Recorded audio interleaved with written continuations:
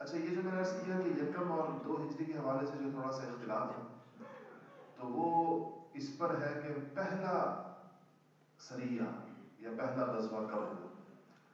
تو پہلا سریہ جو ہے یہ جہاد کا جو حکم آ گیا اور آپ صلی اللہ علیہ وسلم نے جو آغاز فرمایا ہے وہ اقدامی چیزوں کے ساتھ. آپ کو پتہ جہاد کی 2 اقسام، ایک کو اقدامی جہاد کہتے ہیں اور ایک کو دفاعی جہاد کہتے ہیں.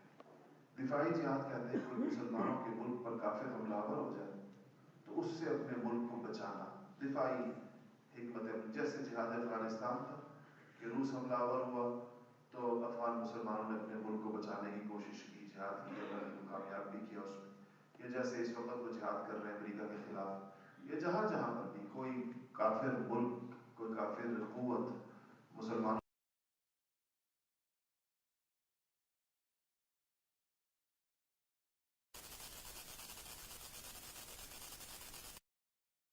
کرنے کو، خود پیش قدمی کرنے کو. نبی کریم صلی اللہ علیہ وسلم کی سیرت میں جو چیزیں ملتی ہیں اس سے جو مسلمانوں میں جو وہ لوگ ہیں جو مرعوب ذہنیت کے لوگ ہیں وہ اس بات کی کوشش کرتے ہیں کہ جہاد کا صرف دفاعی پہلو کا ذکر کیا جائے اور کہا جائے جہاد تو صرف دفاعی ہوتا ہے، حالانکہ حضور اکرم صلی اللہ علیہ وسلم سے کئی دفعہ اقدام اس کے اندر موجود ہے. خود فتح مکہ اقدام ہے یا نہیں؟ اس میں آپ نے خود مکہ کی جانب پیش قدمی فرمائی، مکہ جا کر فتح کی. اس سے پہلے بدر بھی اقدام ہے. یہ الگ بات ہے کہ بدر کی لڑائی کی تفصیل جب آئے گی تو آپ کے سامنے اس کی تفصیلات آ جائیں گی. لیکن آپ نکلے تھے ابو سفیان کے تجارتی قافلے کے پیچھے اپنے ساتھیوں کو لے کر، اور وہ پھر ابو سفیان کا یعنی اس کا خلاصہ یہی ہے کہ ابو سفیان کا قافلہ جو ہے وہ بچ نکلنے میں کامیاب ہو گیا. اور چونکہ انہوں نے مکہ مکرمہ اطلاع بھیج دی تھی اس لیے ابو جہل کا لشکر آ گیا تو ابو جہل کے لشکر کے ساتھ پھر جنگ ہوئی ہے. بدر کے مقام پر ہونے کی وجہ سے اس کو غزوہ بدر کہتے ہیں. دیکھیں انبیاء علیہ السلام کچھ اس کا پس منظر عرض کر دوں. انبیاء علیہ السلام اس امت کے اوپر انتہائی شفیق ہوتے ہیں اور وہ اصلاً لوگوں کو مسلمان کرنے کے لیے، اللہ جل شانہ کی اطاعت میں لانے کے لیے، اللہ کا بندہ بنانے کے لیے تشریف لاتے ہیں. اپنی اس محنت میں وہ کوئی کمی نہیں چھوڑتے. جیسے کہ سورہ نوح کے اندر نوح علیہ السلام نے اپنی محنت کی تفصیل بیان کی ہے تو کہا کہ ربی انی دعوت قومی لیلا ونہارا فلم یزدہم دعائی الا فرارا. کہ اللہ میں نے اپنی قوم کو دن کو بھی بلایا، رات کو بھی بلایا، ہلکی آواز میں بھی بلایا اور اونچی آواز میں بھی بلایا اور ایک ایک کر کے بھی بلایا اور اکٹھے کر کے بھی بلایا. جو صورتیں ہو سکتی تھیں یا اللہ تیرا پیغام ان تک پہنچانے کی، میں نے ساری صورتیں اختیار کی.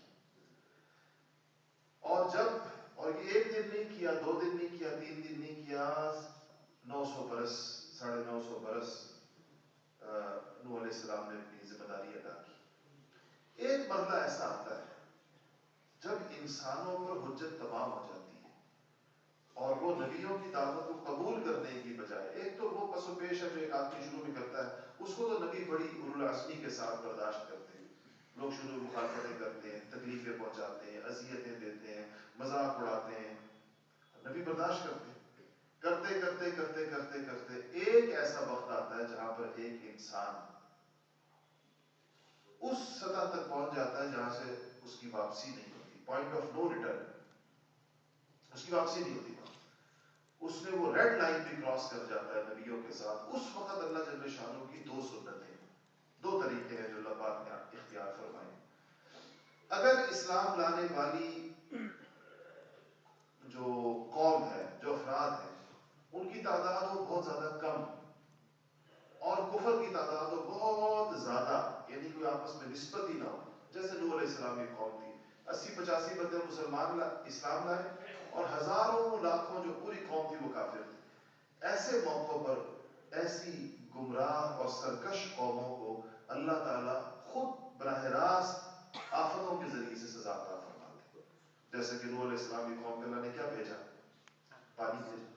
کسی کو اللہ پاک نے جو ہے وہ کسی کی شکلیں بدل دی، کسی کو اللہ پاک نے پوری زمین اٹھا کر اوپر لے جا کر فرشتوں نے وہاں سے زمین پہ دے ماری، کسی کے اوپر زلزلہ آ گیا، کسی کے اوپر چنگھاڑ، فرشتے نے چنگھاڑ ماری، لوگوں کے دل پھٹ گئے. اس وقت ہوتا ہے جب نبیوں کے اوپر ایمان لانے والے بہت تھوڑے اور مخالفین جو ہے وہ بہت زیادہ، اتنے زیادہ کہ عادتاً یعنی کہ اسباب کی دنیا کے اندر ان کا مقابلہ ممکن نہ ہو، تو براہ راست قدرت خدابندی وہ آتی ہے، اور وہ جب حجت تمام ہو جاتی ہے، جب دروازے بند ہو جاتے ہیں، تب اللہ جل شانہ خود فیصلہ فرماتے ہیں۔ جب نبیوں پر ایک اچھی خاصی تعداد ایمان لے آئے اور کسی درجے کے اندر بھی مقابلے کی فضا پیدا ہو جائے تو اللہ جل شانہ پھر کافروں کو سزا مسلمانوں کے ہاتھ سے دیتے ہیں، جیسا کہ بدر میں ہوا، جیسا کہ باقی غزوات کے اندر ہوا، یا جب بھی جہاد کے جو نتائج نکلتے ہیں تو پھر سزا آسمان سے فرشتے نہیں اتارے جاتے اور نہ قدرتی آفات بھیجی جاتی ہیں کہ زلزلہ بھیج دیا، سے ان پہ غرق کر دیا، یہ کر دیا۔ پھر اللہ تعالیٰ کا اصول یہ ہے، قرآن شریف کے اندر بیان کیا گیا کہ پھر اللہ جل شانہ کی سزا اللہ کے بندے مسلمانوں کے ذریعے سے ان کو دی جاتی ہے۔ تو آپ نے 13 سال مکہ مکرمہ کے اندر محنت فرمائی، اور کس دل سوزی کے ساتھ، کتنے صبر کے ساتھ، کتنے حوصلے کے ساتھ، کتنی آزمائشیں سہی، آپ نے اس کی ساری تفصیل آپ سنتے چلے آ رہے ہیں۔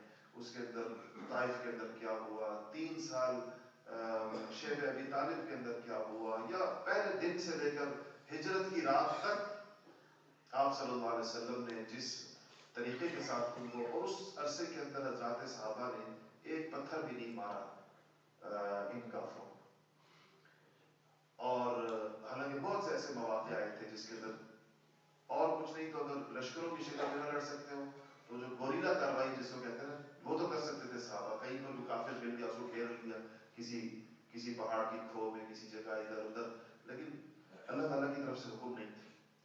مدینہ منورہ پہنچ کر اللہ تعالیٰ کی طرف سے اجازت آئی کہ اب آپ جو ہے وہ دعوت کا عمل ہو گیا، اچھے طریقے کے ساتھ ان کے اوپر اسلام کی خوبیاں اور محاسن ان کے سامنے آ گئے۔ اب اگلا جو شکل ہوتی ہے جب مسلمانوں کو اللہ جل شانہ قوت عطا فرمائے، تو جو اسلام کا نظام عدل ہے، اللہ تعالیٰ جو انی جاعل فی الارض خلیفہ کہہ کر انسان کو جو خلافت عرضی کی ذمہ داریاں عطا فرمائے، اس کو مسلمان لاگو کریں گے، اور اس کے رستے کے اندر دین قبول کرنے کے اوپر جبر نہیں کیا جائے گا، لا اکراہ فی الدین، یہ نہیں کہا جائے گا کہ زبردستی مسلمان ہو جاؤ، بالجبر مسلمان ہو جاؤ، یہ نہیں ہے، لیکن نظام اسلام کے نظام عدل اور اسلام کے اجتماعی نظام کے مقابلے کے اندر کھڑے مت، اس کے رستے کے اندر آؤ مت، اللہ جل شانہ کی مخلوق کو اسلام کے سامنے عملی شکل کے اندر پیش کرنے کی جو کوشش ہو، ان کوششوں کے لیے رکاوٹ مت بنو، اس کے سامنے کھڑے مت۔ تو اس پر اس کی اجازت ملی مسلمانوں کو۔ تو پہلا سریہ جو ہے، جو پہلا آپ نے جو ایک لشکر روانہ فرمایا ہے، وہ ہجرت کے 7ویں مہینے، 7 مہینے کے بعد رمضان مبارک کا جو پہلا رمضان وہاں پر آیا، اور اس میں 30 مہاجرین، ان میں انصاری کوئی نہیں تھا، 30 مہاجروں کو اسد اللہ و اسد رسولہ حضرت سیدنا سید الشہداء امیر حمزہ رضی اللہ تعالیٰ عنہ کی سرکردگی میں، ان کی سربراہی میں پہلا لشکر جو ہے وہ روانہ ہوا، اور یہ گیا تھا قریش کے 300 سوار تھے جو ابو جہل کی سربراہی میں شام سے مکہ جا رہے تھے۔ اور آپ کو اس طرح یہ بات پتہ ہے کہ شام سے مکہ کی جو ان کی آپ طرف تھی وہ مدینہ کے رستے سے ہو کر جائے، مدینہ قریب سے ہو کر جایا کرتی تھی۔ تو یہ وہاں پہنچے اور صفیں بھی قائم ہو گئی، آمنے سامنے بھی ہو گئے، لیکن درمیان میں ایک شخص پڑا بیچ میں، اور اس نے کہا کہ اسے مطلب بیچ بچاؤ کرایا اور لڑائی نہیں ہونے دی، اور اس پر ابو جہل پھر اپنا لشکر لے کر، اپنا قافلہ لے کر مکہ چلا گیا، سیدنا امیر حمزہ رضی اللہ تعالیٰ عنہ واپس آ گئے۔ بدر سے پہلے، غزوہ بدر سے پہلے جو 2 ہجری کو رمضان کے اندر ہوا ہے، 8 مارکے کہہ لیں یا 8 مہمیں ہوئی ہیں، جن میں سے 4 غزوات ہیں اور 4 سرایا ہیں۔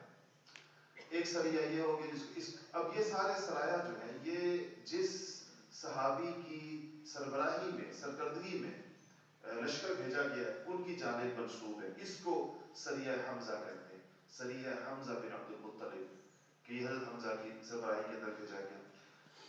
اور یہ حمزہ آپ کو پتہ ہے کہ حضور کے چچا تھے. دوسرا سریہ عبیدہ بن حارث.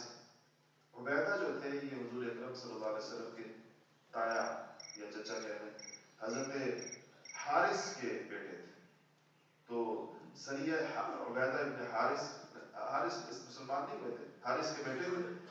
اور ان کو بھی حضور اکرم صلی اللہ علیہ وسلم نے 60 یا 80 سواروں کے ایک دستے کے ساتھ بھیجا تھا. یہ بھی سارے کے سارے مہاجر تھے. رابغ ایک جگہ ہے رابغ, تو اس طرف روانہ کیا تھا. اور ان کی آمنا سامنا ہوا اور صرف ایک تیر چلایا حضرت سعد بن ابی وقاص نے. اس کے علاوہ اس میں لڑائی نہیں ہوئی.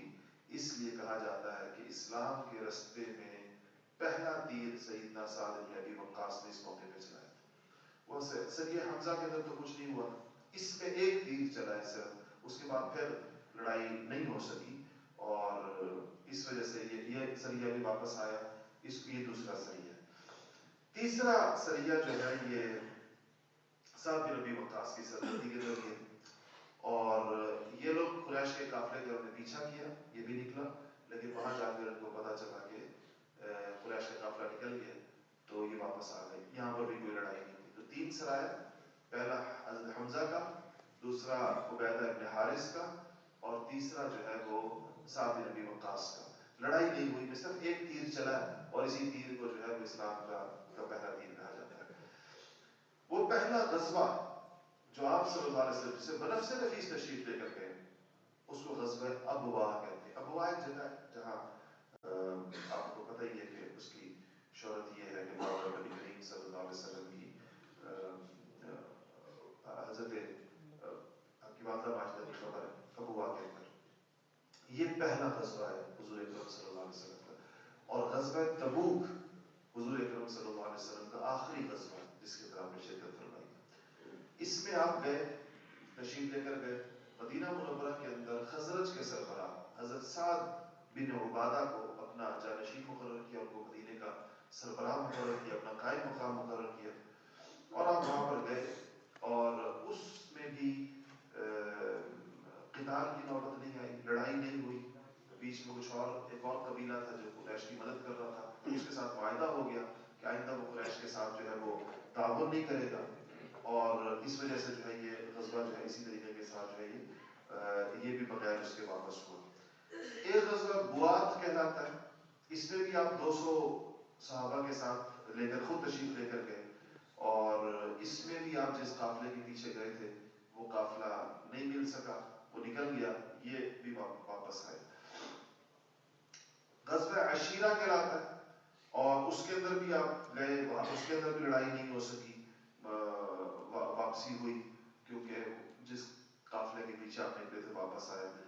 بدر کے اندر ایک اور پہلے بھی آپ کا نکلنا ہوا ہے, وہ غزوہ بدر اولا کہلاتا ہے. اس کے اندر بھی لڑائی نہیں ہوئی, اور یہ بھی جو ہے واپس آیا. یہ غزوہ بھی جو ایک سریہ جو ہوا ہے غزوہ بدر سے پہلے, اور وہ بڑا مشہور ہے غزوہ بدر سے پہلے ہونے والوں میں, اس کو سریہ ہے عبداللہ ابن جحش کہتے ہیں. عبداللہ ابن جحش کی سربراہی کے اندر یہ رجب 2 ہجری کے اندر قافلہ رسول اللہ صلی اللہ علیہ وسلم نے بھیجا. یہ 11 لوگ تھے, اور ان 11 لوگوں میں سے آپ نے سعد بن ابی وقاص تھے اس کے اندر, اور عتبہ کے بیٹے ابو حذیفہ تھے اس کے اندر, اور یہ عبداللہ ابن جحش کو حضور اکرم صلی اللہ علیہ وسلم نے ان کا امیر بنایا. اور سعد بن ابی وقاص رضی اللہ تعالیٰ عنہ روایت فرماتے ہیں کہ حضور اکرم صلی اللہ علیہ وسلم نے فرمایا کہ میں تم لوگوں کا ایک ٹولی بھیجوں گا جہاد کے لیے. امیر میں اس کو بناؤں گا جو بھوک اور پیاس کو سب سے زیادہ برداشت کرنے والا ہو, جو سب سے زیادہ بھوک پیاس برداشت کرنے کی صلاحیت رکھتا ہوگا, اس کو میں امیر بناؤں گا. اور پھر اس کے بعد آپ نے حضرت عبداللہ ابن جحش کو امیر بنایا. عبداللہ ابن جحش کو آپ نے خط دیا اس کے اندر, اور کہا کہ 2 دن سفر کرتے رہو, مسلسل 2 دن, اور 2 دن کے بعد تم جس جگہ پہنچو سفر کرتے ہوئے, تو وہاں جا کر میرے اس خط کو کھولنا. تو اس کے اوپر لکھا ہوا اس پر عمل کرنا، اور اپنے ساتھیوں کو بھی کہنا، لیکن مجبور نہ کرنا. اگر کوئی عمل نہ کرنا چاہے تو اس کو اجازت دے دے، رخصت دے دینا اس کو.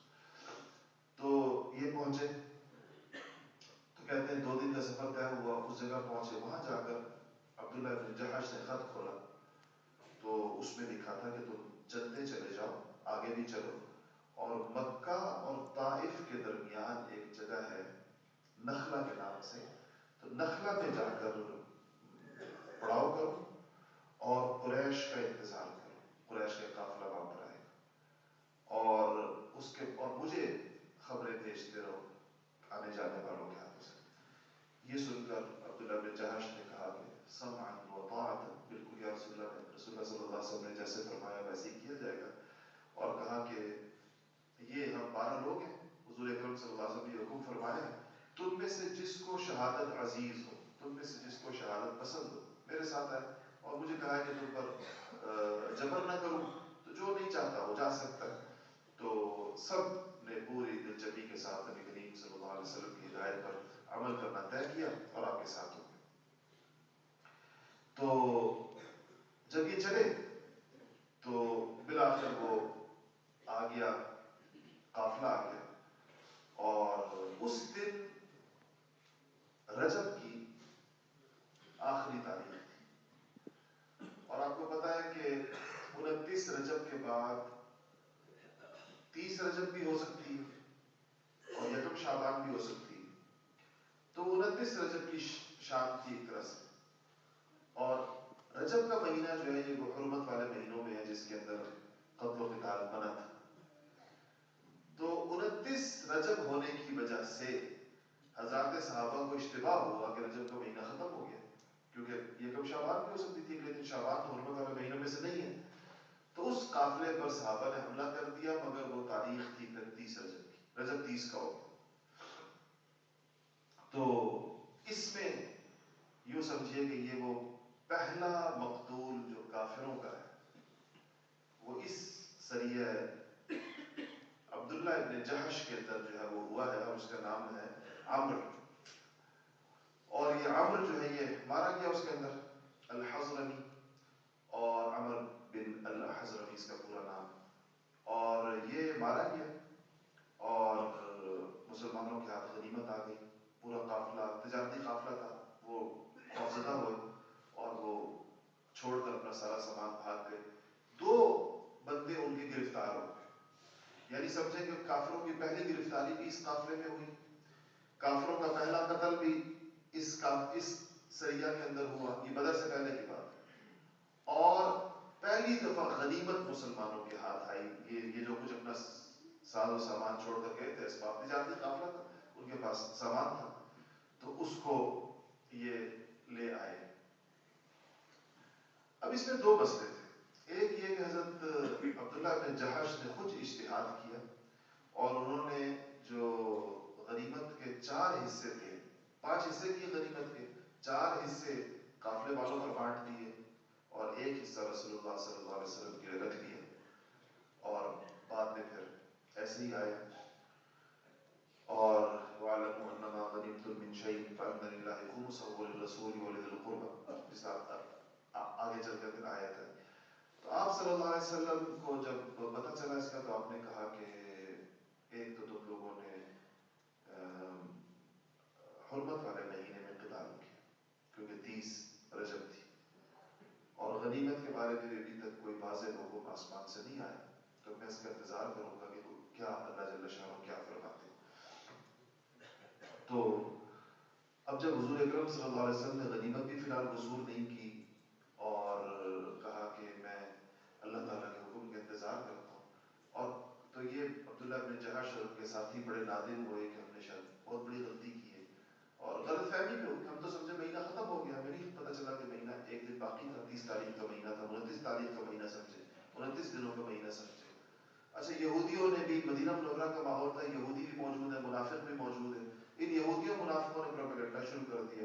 انہوں نے کہا کہ حضور صلی اللہ علیہ وسلم کے لوگوں نے حرمت والے مہینے کو حلال کر دیا، وہ مہینہ جس کے اندر قتل و قتال منع تھا، انہوں نے اس کے اندر قتال کر دیا. پھر قرآن شریف کی یہ آیتیں نازل ہوئی، یسألونک عن الشہر القتال عن الشهر الحرام قتال فيه قل قتال فيه كبير وصد عن سبيل الله وكفر به والمسجد الحرام وإخراج أهله منه أكبر عند الله والفتنة أكبر من القتل ولا يزالون يقاتلونكم حتى يردوكم عن دينكم إن استطاعوا. کہ یہ لوگ آپ سے حضور سے پوچھتے ہیں کہ آپ کے ساتھیوں نے حرمت والے مہینے کے اندر قتل کر دیا. آپ جواب میں کہہ دیں کہ بے شک حرمت والے مہینوں میں قصدن جان بوجھ کر قتل کرنا بڑا گناہ ہے، لیکن خدا کے راستے سے کسی کو روکنا اور اللہ کے ساتھ کفر کرنا اور مسجد حرام سے لوگوں کو روکنا، یعنی مسلمانوں کو مسجد حرام نہ جانے دینا، اور اہل حرم کو حرم سے نکالنا، یعنی جو مسلمانوں کو نکالا گیا مکہ مکرمہ سے، اہل حرم کو حرم سے نکالنا اللہ کے نزدیک یہ جرم سارے جرائم میں سے بڑا جرم ہے. سب سے بڑا، سب سے سخت اور جرم یہ ہے. اور کفر اور شرک کا فتنہ، کفر اور شرک کا فتنہ قتل کے فتنے سے کہیں بڑھ چڑھ کر ہے. اور یہ کافر تم سے ہمیشہ جنگ کرتے رہیں گے جب تک تم کو تمہارے دین سے ہٹانا ہے، اگر میں کچھ بھی طاقت ہو. تو اس سے پتہ چلا کہ اللہ جل شانہ نے ان کی اس غلطی پر جو ان سے غلط فہمی کے اندر ہوئی، اللہ تعالیٰ نے کوئی پکڑ نہیں فرمائی ان صحابہ کی.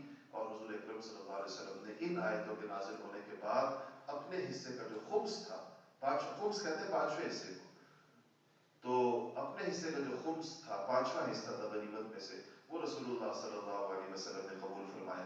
یہ پہلی غنیمت تھی، اور جیسا میں نے عرض کیا کہ یہ پہلا مقتول تھا اور پہلے قیدی اس کے اندر آئے. اس میں حضور اکرم صلی اللہ علیہ وسلم کے دو صحابہ اس سریے کے اندر ان کا رستہ کھو گیا. سعد اور عتبہ نام تھا. تو سعد اور عتبہ جو تھے، جب وہ رستہ کھو گئے اور کافر آئے آپ کے پاس فدیہ لے کر اپنے قیدیوں کو چھڑانے کے لیے، تو آپ نے فرمایا کہ مجھے اس بات کا اندیشہ ہے کہ میرے دو ساتھی جو کھو گئے ہیں، جن سے رستہ بھول گیا ہے، وہ تمہارے ہاتھ چڑھ جائیں گے اور تم ان کو قتل کر دو کافروں سے. اس لیے جب تک وہ دونوں میرے پاس صحیح سالم واپس نہیں آ جاتے. اور یہ بھی فرمایا اگر تم نے میرے دو بندے قتل کیے جو اس وقت گم ہیں ہم سے، تو میں تمہارے یہ دو قیدی قتل کروں گا، اور اس وقت تک میں یہ قیدی تمہارے حوالے نہیں کروں گا، فدیہ نہیں لیں گے جب تک ہمارے دو ساتھی بحفاظت واپس، دو صحابہ بحفاظت واپس نہیں آ جاتے. اور پھر اس کا انتظار کیا گیا. چند دن کے بعد یہ دونوں، حضرت سعد بھی اور حضرت عتبہ بھی، یہ آ گئے. ان کو رستے میں کوئی واپس پہنچ گئے. ان کے پہنچنے کے اوپر پھر ان دو لوگوں کو جو تھا ان کو حضور اکرم صلی اللہ علیہ وسلم نے فدیہ لے کر چھوڑ دیا. ان میں سے ایک کا نام عثمان تھا اور ایک کا نام جو ہے حکم ابن کیسان تھا. عثمان جو تھا وہ رہا ہوتے ہی واپس چلا گیا مکہ اور حالت کفر کے اندر مر گیا مکہ کے اندر جا کر. اور یہ جو حکم تھا یہ خوش نصیب تھے، یہ اس قید کے دوران مسلمان ہو گئے، اور جب ان کو چھوڑا گیا تو انہوں نے جانے کی بجائے مدینہ منورہ کے اندر ہی رہائش اختیار کر لی. اور یہ بیر معونہ کے شہداء صحابہ کے ساتھ یہ بھی شہید ہو گئے. تو یہ تھا غزوہ عبداللہ ابن جحش. یہ 8 مہمیں تھیں، 4 اس میں سرایا ہے، 4 اس کے اندر غزوات ہیں، اور یہ سارے غزوہ بدر سے پہلے. اس کے بعد عالم اسلام کا جو سب سے پرشوکت غزوہ، غزوۃ البدر الکبریٰ جس کو کہتے ہیں. میں کہتے بدر میں چونکہ پہلے بھی ہوا ہے، اس کو غزوۃ البدر الصغریٰ کہتے ہیں، لیکن اس میں لڑائی نہیں ہوئی تھی، لیکن بدر تک پہنچنا ہوا تھا آپ صلی اللہ علیہ وسلم. اس کے بعد یہ غزوۃ البدر الکبریٰ ہوا ہے. قرآن شریف کی بہت ساری آیات اس حوالے سے نازل شدہ، اور اس پر جو ہے وہ آپ صلی اللہ علیہ وسلم نے اس پر جو اس کو قرآن شریف میں اللہ جل شانہ نے یوم الفرقان قرار دیا. کفر اور اسلام کے درمیان ایک بہت بڑی فصیل اس موقع کے اوپر، ایک بہت بڑی تفریق اس موقع کے اوپر ہوئی. اور ہجرت کے آپ سوچیں کہ دوسرے ہی سال اللہ جل شانہ نے مسلمانوں کو کیسی عزت کے ساتھ نوازا، اور کیسے کیسے لوگ اس کے اندر، کفر کے کتنے بڑے بڑے لوگ اس کے اندر مارے گئے، اور کتنے بڑے بڑے لوگ اس کے اندر گرفتار ہوئے. اور مسلمانوں کی اللہ جل شانہ نے پوری دنیا کے اندر ان کو، ان بے نوا مہاجرین کو جو کہ چند مہینے پہلے ہی مکہ مکرمہ سے مدینہ پہنچے اور ان کے ظلم و ستم سے تنگ ہو کر آئے ہیں، اللہ جل شانہ نے ان کے ہاتھوں ظالموں کو کیسا سخت ترین سزا عطا فرمائی. انشاءاللہ غزوہ بدر کے اوپر اگلے ہفتے بات ہوگی. ایک دو باتیں اس بارے میں عرض کر دوں کہ آج کل چونکہ کرونا وائرس کا ذکر چل رہا ہے بہت زیادہ، اس پہ کیا کرنا کیا چاہیے، دو تین باتیں اس حوالے سے آپ کو بتا دوں. ایک تو یہ ہے کہ وبائی امراض جو ہیں جب بھی آئے تو انسانوں کو اللہ جل شانہ کی جانب رجوع کرنا چاہیے. یہ انسانوں کی بے بسی کا اور ان کے ہیلپ لیس ہونے کا ایک بہت واضح ثبوت ہوتا ہے. دنیا کی تمام تر ٹیکنالوجی یا تمام تر طبی اور میڈیکل سائنس کی تمام ترقیاں جو ہے وہ دھری کی دھری رہ جاتی اور انسانوں کے درمیان سے انسان تیزی کے ساتھ اٹھنا شروع ہو جاتے ہیں. ایک تو اس موقع پر سب سے اہم ترین بات یہ ہے کہ اللہ کی طرف رجوع کیا جائے، اور اس موقع کی جو دعائیں چل رہی ہیں آپ حضرات کے سامنے ہر ایک کے پاس آ رہی ہوں گی مختلف ذرائع سے، ان دعاؤں کا اس میں اہتمام کرنا چاہیے. دوسری بات یہ کہ اس میں جو احتیاطی تدابیر ہیں وہ اختیار کرنی چاہیے. خوف زدگی اور خوف و ہراس نہیں پھیلانا چاہیے، افواہیں نہیں پھیلانی چاہیے، اور غیر مصدقہ خبریں نہیں چلانی چاہیے جس طرح اس وقت چل رہی ہیں. دنیا کے بڑے بڑے لوگوں کے نام لے کر کہا جا رہا ہے فلانے کو کرونا ہو گیا، فلانے کو ہو گیا، فلانے کو ہو گیا، فلانے کی بیوی کو ہو گیا، فلانے کو. یہ غیر مصدقہ اطلاعات نشر کرنا اور یہ اس موقع کے اوپر کسی قسم کی خوفزدگی کا ماحول پیدا کرنا یہ بڑا مضمون ہے. اس سے انتہائی اجتناب کرنا چاہیے. ہمیں اس سے کیا فائدہ ہے کہ ہم یہ پھیلاتے رہیں کہ فلانے کو بھی ہو گیا، فلانے کو ہو گیا، ہمیں پتہ بھی نہیں ہے، کہیں سے الٹی سیدھی خبر ہمیں جلدی بھی سنی. تو اس میں ایک ذمہ دار انسان کا کردار ادا کرنا چاہیے. کسی بھی مصیبت پر جب وہ عام ہو جائے تو اس کے اوپر کسی قسم کی بھی خوشی، مسرت یا تانا بازیاں نہیں کرنی چاہیے کہ فلانے پر آیا ہے تو اس کی وجہ یہ ان کے اوپر کس وجہ سے آیا. پھر اگر وہ ادھر آ گیا تو پھر کیا کہیں گے ادھر کس وجہ سے آیا، ادھر تو کوئی وجہ بتا دیں گے، ادھر بھی اگر لوگوں کے اوپر آ جائے تو پھر اس کی کیا وجہ بیان کی جائے گی. اس لیے انسانوں کو اللہ جل شانہ کے کاموں کے اندر جو ہے مداخلت نہیں کرنی چاہیے کہ اس کی وجوہات بیان کرتے رہیے. وجہ بس آزمائش اللہ پاک کی جس پر بھی آئے، مسلمان پر آئے، کافر پر آئے، اللہ تعالیٰ کی آزمائش.